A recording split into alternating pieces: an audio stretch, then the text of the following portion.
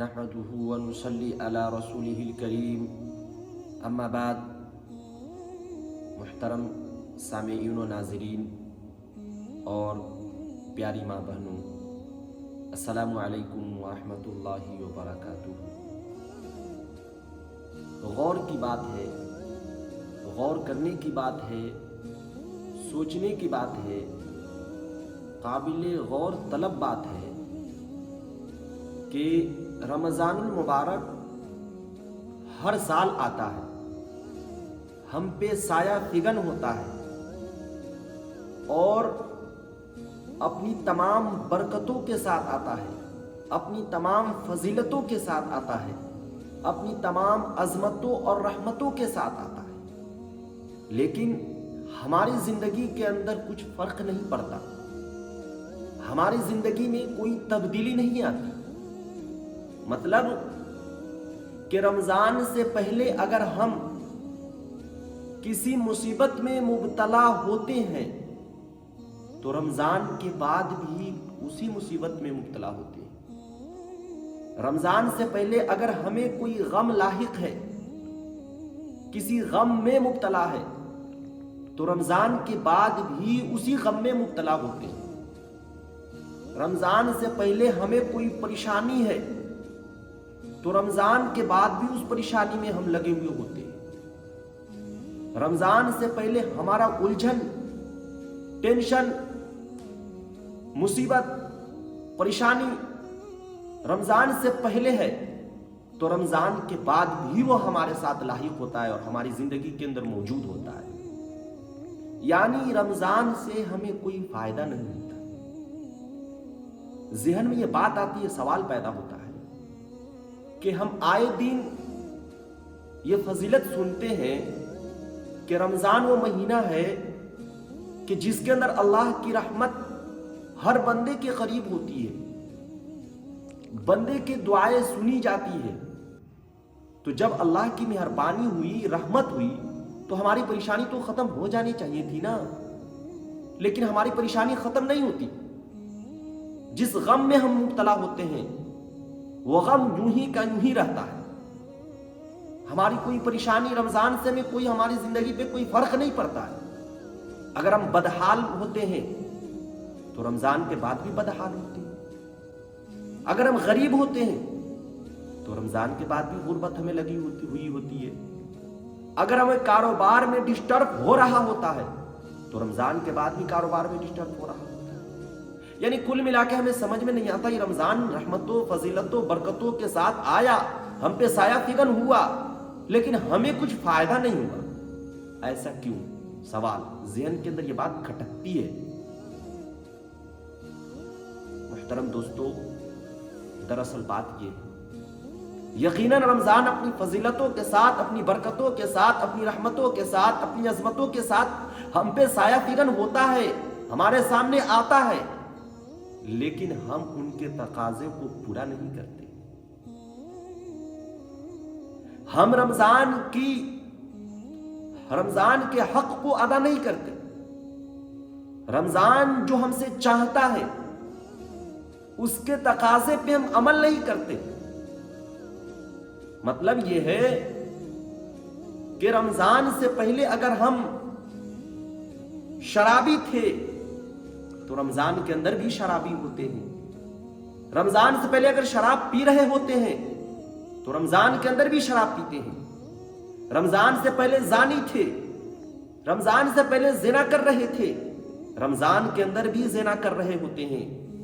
رمضان سے پہلے اگر اللہ کی نافرمانی کر رہے ہوتے ہیں، کرتے تھے، رمضان کے اندر بھی اللہ کی نافرمانی کرتے ہیں. اگر رمضان سے پہلے ہم جھوٹ بولتے تھے تو رمضان کے اندر بھی جھوٹ بولتے ہیں. رمضان سے پہلے غیبت کرتے تھے تو رمضان کے اندر بھی غیبت کرتے ہیں. رمضان سے پہلے نبی علیہ الصلوۃ والسلام کی سنتوں کو توڑتے تھے تو رمضان کے اندر بھی سنتوں کو توڑتے ہیں. رمضان سے پہلے ہم بے نمازی تھے، رمضان کے اندر بھی بے نمازی ہوتے ہیں. مطلب یہ ہے کہ رمضان کے اندر، رمضان کے آنے سے ہم اپنے اعمال کے اندر کچھ بدلاؤ نہیں لاتے، کچھ تبدیلی نہیں لاتے، جیسے تھے ویسے ہی رہتے ہیں. بس زبان سے تم کہہ لیتے ہیں کہ رمضان آ گیا, یہ رمضان المبارک ہے, لیکن ہمارا عملی طور پر ہم کچھ نہیں کرتے, جیسے تھے ویسے ہی ہم رہتے, تو پھر ہم خود اپنی زندگی کے اندر, اپنے اعمال کے اندر ہم تبدیلی نہیں لائے تو یہ رمضان سے کیسے فائدہ ہو سکتا ہے؟ رمضان تو تقاضا کرتا ہے, رمضان تو اس کو چاہتا ہے کہ تم اپنے اعمال کے اندر, اپنے روٹین کے اندر, اپنی زندگی کے معمولات کے اندر تم کمی لاؤ اور عبادات کو بڑھاؤ. تم نماز 5 وقت کے فرائض کا اہتمام کرو, ساتھ میں نوافل کا بھی اہتمام کرو. تم تہجد پڑھو, تم اشراق پڑھو, تم چاشت پڑھو, تم اوابین پڑھو, تم تمام فرائض کا اہتمام کرو, تم تلاوت کلام اللہ کرو, تم جو ہے نا اللہ کے سامنے رو, اللہ کے سامنے گر گراؤ, اللہ سے مانگو اور اللہ کا ذکر کرو. لیکن ہم ان اعمال کو نہیں کرتے. ہمیں تلاوت سے کوئی مطلب نہیں, ہمیں نماز سے کوئی سروکار نہیں, ہمیں ذکر سے کوئی جو ہے نا واسطہ نہیں, یعنی ہم کرتے تو کچھ نہیں, اور یہ کہتے ہیں کہ رمضان سے کچھ زندگی میں فرق نہیں. بھائی فرق آئے گا بھی کیسے جب ہم نے کچھ کیا ہی نہیں, ہم نے کچھ تبدیلی نہیں کی اپنی زندگی کے اندر, تو فرق کیسے آ سکتا ہے؟ کبھی بھی نہیں آئے گا. قرآن پاک کے اندر ہے ان اللہ لا یغیر ما بقوم حتی یغیر ما بانفسہم, اور علامہ اقبال کہتے ہیں, شاعر علامہ اقبال, کہ اللہ نے اس قوم کی حالت نہیں بدلی جسے نہ ہو فکر و خیال خود اپنی حالت بدلنے کا. مطلب جب تک کہ ہمارے اندر فکر پیدا نہ ہوگی اپنی حالت کو بدلنے کا, تب تک کوئی بھی ہمیں جو نا اللہ بھی ہماری حالت کو نہیں بدلے گا. سب سے پہلے ہمیں خود تیار ہونا ہوگا, تبھی جا کے ہماری حالت بدل سکتی ہے. تو ہم رمضان تو آتا ہے, لیکن ہمارے اعمال کے اندر, ہمارے کرتوت کے اندر, ہمارے جو ہے نا روٹین کے اندر کوئی فرق نہیں پڑتا. بس یوں ہی آیا رمضان چلا گیا, تو کیسے فائدہ ہوگا؟ فائدہ کبھی بھی نہیں ہو سکتا. اس سے ہم جو ہے نا فائدہ اٹھانے کے لیے ان کے تقاضے پر, ان کے منشے پر, ان کی چاہت پر چلنا پڑے گا. رمضان جو ہم سے چاہ رہا ہے اس پر چلنا پڑے گا. ہم اپنے اکابر اور سلاف کو دیکھتے ہیں تو رمضان کے اندر ہر چیز کو بند کر دیا کرتے ہیں. خط و کتابت, خطوط, فون, کنٹیکٹ, رابطے, تمام چیزوں کو بند کر کے صرف اللہ کی طرف متوجہ ہو جایا کرتے ہیں. تب تو فائدہ ہوگا. تو اس رمضان سے ہمیں فائدہ تبھی ہو سکتا ہے کہ جب ہم ان کے تقاضے پر چلیں, پوری طریقے سے جو ہے نا ہم اللہ کی طرف متوجہ ہو جائے, ہمارا پورا کا پورا دھیان نماز کی طرف ہو, ہم دین کے اندر روزہ رکھیں, رات کو تراویح پڑھیں, رات کو تہجد پڑھیں, اور اسی طریقے سے اور نوافل کا اہتمام کریں, تلاوت اور ذکر و اذکار کا اہتمام کریں. تب جا کے ہمیں رمضان المبارک سے جو ہے نا فائدہ ہو سکتا ہے, ورنہ ہمیں کچھ فائدہ نہیں ہوگا. تو مطلب یہ ہوا کہ رمضان سے فائدہ اٹھانے کے لیے ہمیں ان کے تقاضوں پر عمل کرنا پڑے گا.